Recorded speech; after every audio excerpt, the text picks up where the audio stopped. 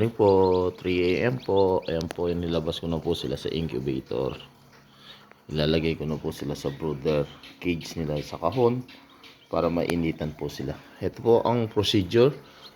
Naglagay po ako sa tubig ng asukal. Ayan po, na may dextrose powder. Nilusaw ko. Ayan, inumin ko po sila.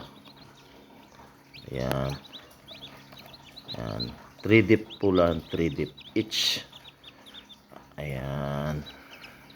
Para po yung dehydration nila ay maalis. Ayan, galing. Ayan, tapos ilalagay ko po isa dito. Ayan po, ganyan po ang procedure. Ayan, 15 po ang napisa na warriors, 2 po yung Brahma. Pero ongoing pa po yun ngayong maghapon, magdamag o mapipisa pa po. May mga crack pa po yung egg. Salamat po sa blessing. God bless.